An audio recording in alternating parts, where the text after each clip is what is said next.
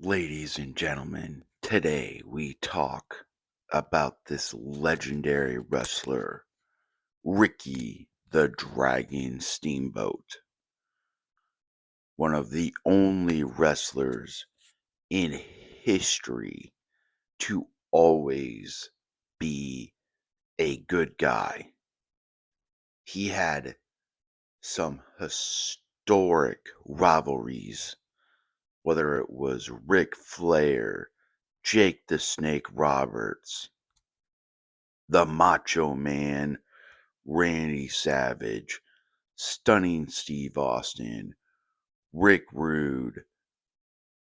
The list goes on and on.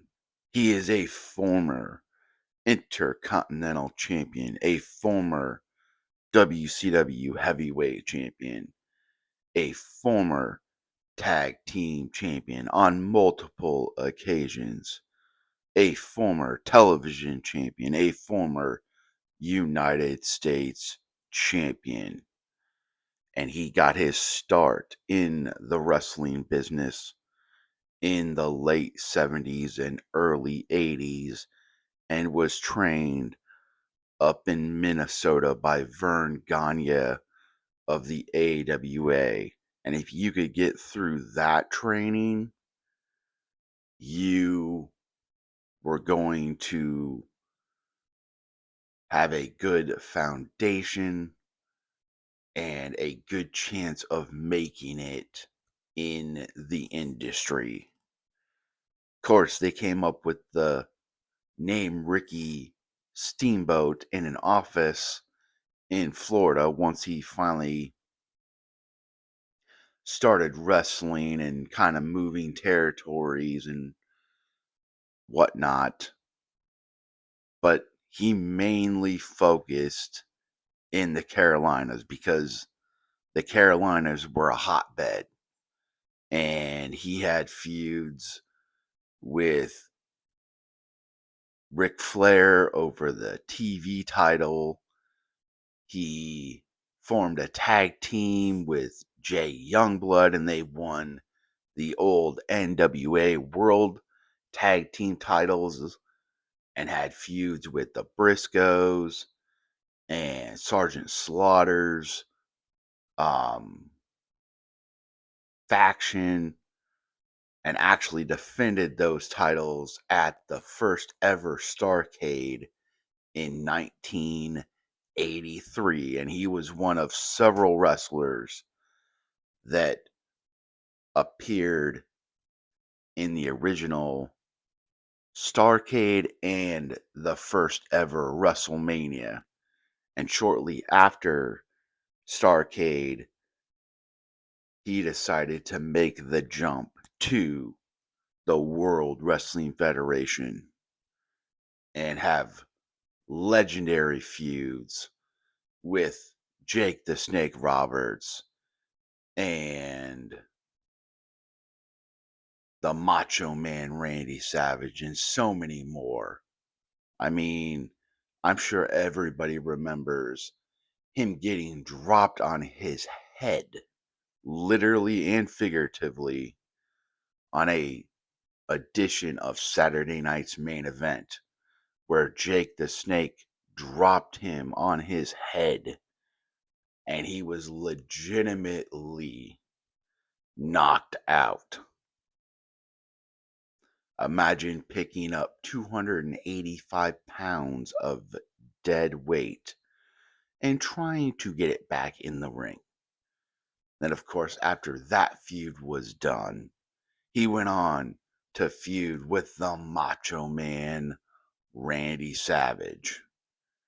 And of course, they would have that epic encounter at WrestleMania 3 for that coveted Intercontinental Championship.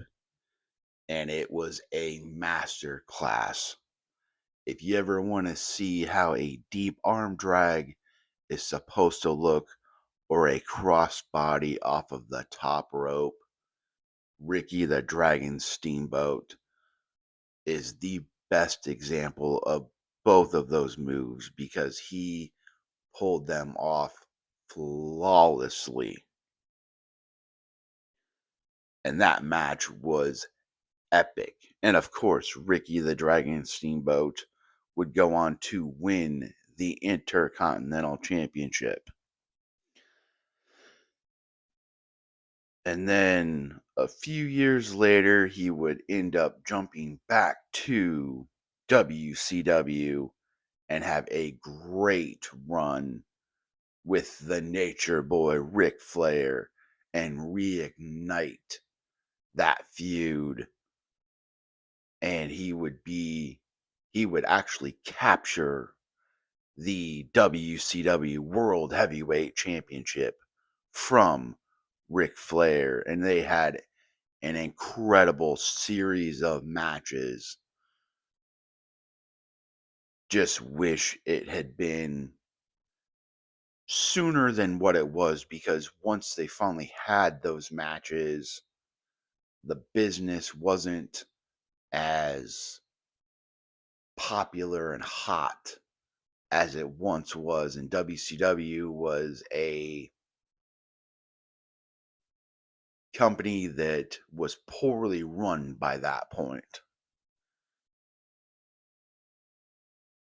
But the feud was still legendary. And then, of course, he would go on to have feuds with Stunning Steve Austin, aka Stone Cold Steve Austin. And he would go on to have feuds with Ravishing Rick Rude.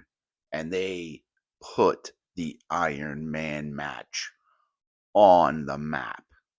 That is another match I would recommend going back and watching, from Bash at the Beach or Beach Blast, one of the two. And then, of course, he would form multiple tag teams and become tag team champions with the likes of Shane Douglas and a couple other people. But unfortunately, a back injury forced him to retire. But he had a legendary career. And of course, he made an appearance later at WrestleMania 26, I think it was, 27, somewhere in there. And he still had it. He was the star of an 8-man tag team match. Ricky the Dragon Steamboat was one of a kind. He was a legendary wrestler who held multiple titles over his illustrious career.